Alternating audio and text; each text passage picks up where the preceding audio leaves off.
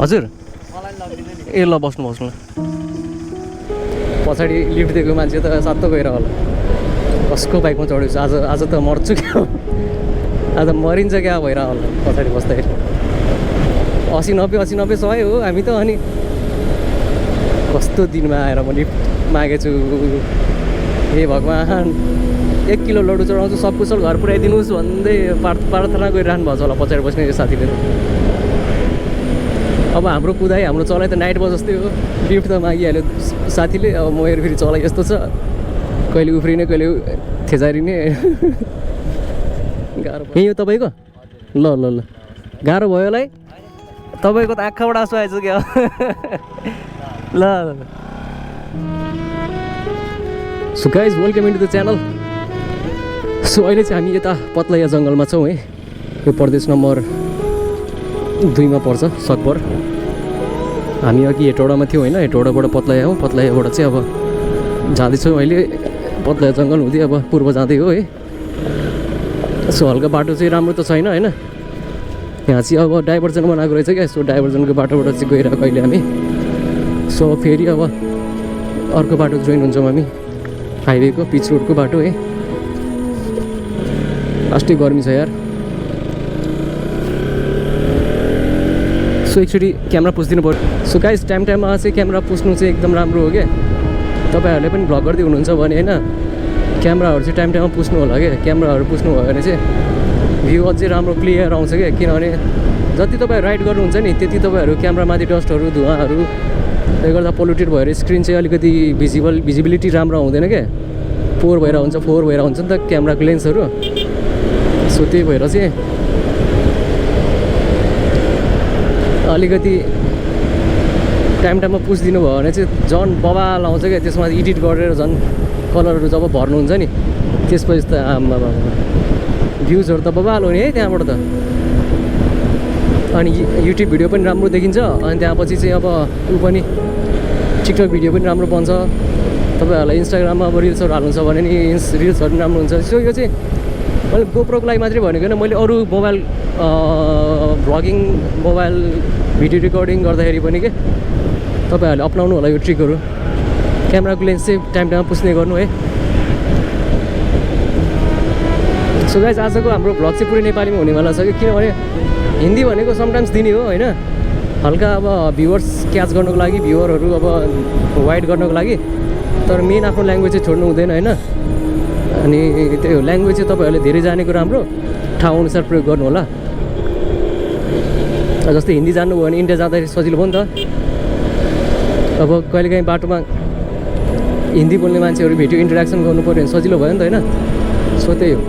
जे कुरा हामी गरिन्छ नि इजी हुनको लागि हो कि गर्ने है त स्पिड पनि उस्तै बेसी हान्छ एक्सिडेन्ट पनि उस्तै हुन्छ फेरि फुलहरू हेर्नु न जङ्गलहरू त कसम पुरै घना जङ्गल छ यार कस्तो दामी सिनेरी हुन्छ क्या यतातिर फुलहरूको क्या है खोलाहरू जङ्गलहरू एकदम सबै नेचुरल भ्युजहरू क्या बाटो एकदम सर्लक्क लामो न लामो है कहाँ पुग्ला बाटो जस्तो के ड्राइभरहरू त निदाइदिन्छ लामो बाटो चलाउँदा हल्का खाना खाएको हुनुपर्छ अनि हल्का न्यानो खालको गर्मी लागेको हुनुपर्छ त्यसपछि शीतल हावाले शरीरमा हान्दाखेरि त भुसु निदाउँछ सबैजना यस्तो बाटोमा गाडीहरू चलाउँदा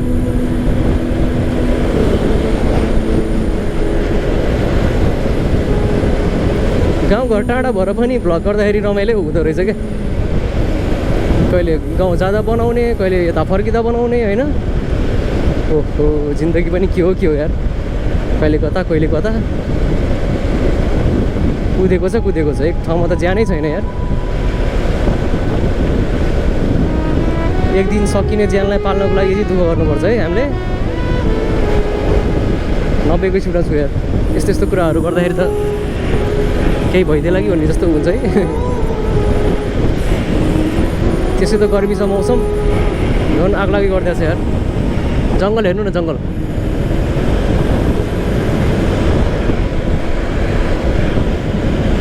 जङ्गल त पुरै भित्र सबै देखिन्छ यार तलतिरको सबै आगो लागि गर्दैछ नि त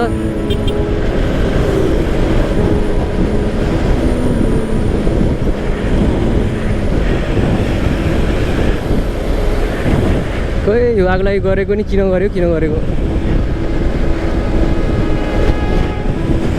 नयाँ पातहरू पलाउँछ नयाँ उहरू हुन्छ भनेर भन्छ खोइ के हो कसो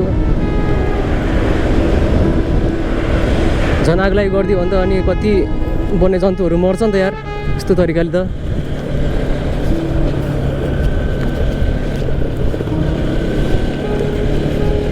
so guys thanks for watching my video अगाडि चेकिङ रहेछ यार बिस्तारै क्लचमा मात्रै हिँड्नु पऱ्यो फेरि ए भाइ रोक रोक रोक रोक रोक रोक भनिदियो भने अर्को आपत फेरि पराक खाएर बसेको क्या बुढोहरू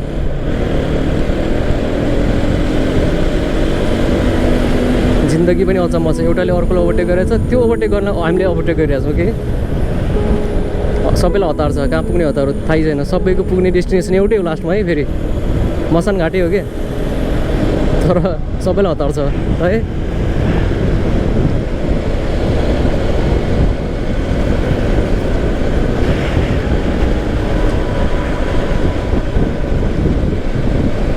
यो बाटोहरू के 4 लेन 6 लेनको बन्यो भने त कस्तो बल हुन्छ होला दायाँ बायाँ जङ्गल फराकिलो बाटो स्मुथ हुन्छ होला बाटो पनि कसम डेन्जर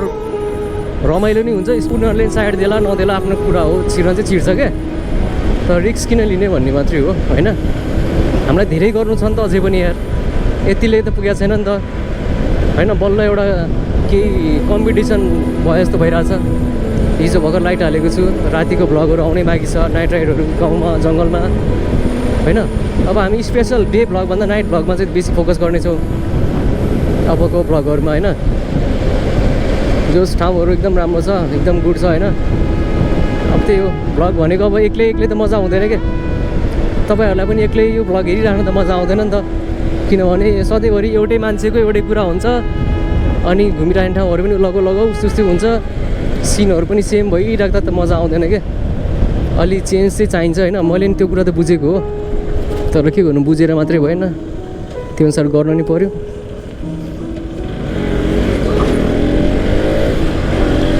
एकछिन ढिलो हाले हुन्थेन यस्तो राम्रो फ्लोमा कुदिरहेको थियो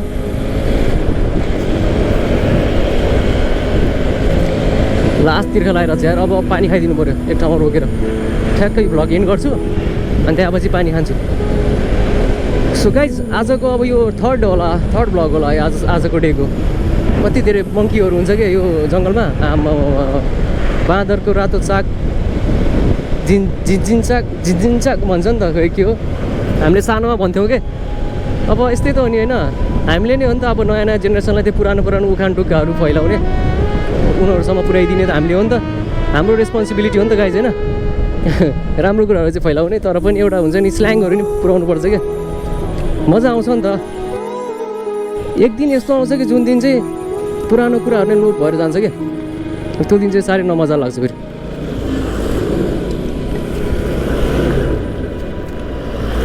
किनकि एउटा स्कुलमा एउटा टिचरले होइन 100वटा क्वेसन सिकाउँछ भने विद्यार्थीहरूले 90वटा चाहिँ जानेको हुन्छ त्यो 90वटा जानेकोले आफ्नो साथीलाई सिकाउँदा उसले 80वटा सिकाइदिन सक्छ फेरि जसले सिकेको छ नि साथीसँग उसले अरूलाई सिकाउँदा 70वटा मात्रै सिकाउन सक्छ त्यस्तै हो क्या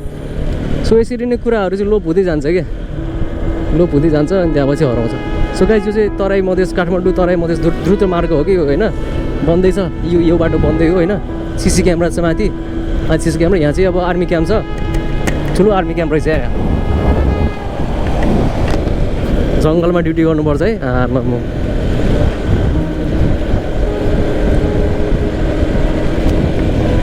so guys thanks for watching my video take care have a nice time अब ब्याट्री पनि छैन गाइज है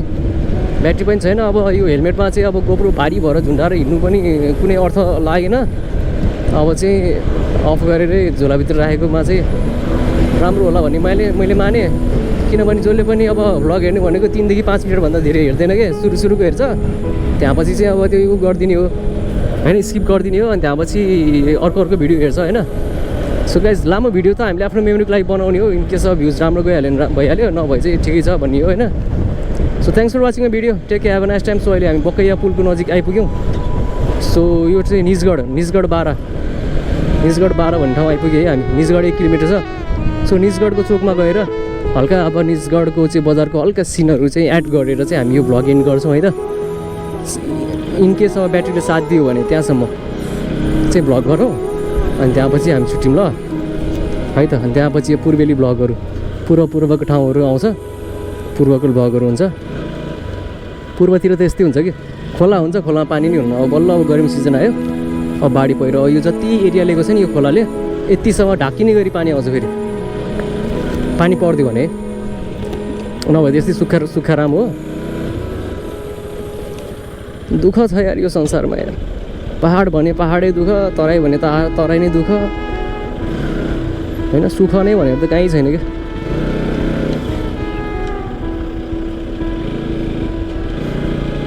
गर्मीले मार्छ त टिनको घर हुन्छ, आरसिसीको घर बनाउन पैसा सैसा हुँदैन, गरिब छन्, गरिबी छ, जबहरू खासै हुँदैन, अपर्च्युनिटी हुँदैन, गाह्रो छ पूर्वमा भने के भन्नु। नेताहरू आफू मात्रै विकास गर्न पल्केका छन्, आफ्नै एकाउन्ट मात्रै भर्न सल्केका छन् होइन। सो गाइज अब निजगढ बजारमा तपाईँहरूलाई स्वागत छ। बाराको निजगढ भन्छ कि के भन्छ होइन गाइज। हाम्रो अगाडिबाट गयो एउटा यामाहाको बाइक गयो, यसको पनि मोडल त ठिकै, तर मोटो मान्छेहरूलाई सुहाउँछ क्या त्यस्तो बाइकहरू। अब हामीलाई त यस्तै ठिक छ, हामी अब लुरे पातले दुब्ली पातलेहरूलाई त त्यही हो। जिएनएस, अपाची, क्रस फायर त्यो पनि दाम भयो भने नभए त साइकलै सही हो नि लुरे पातलेहरूलाई त।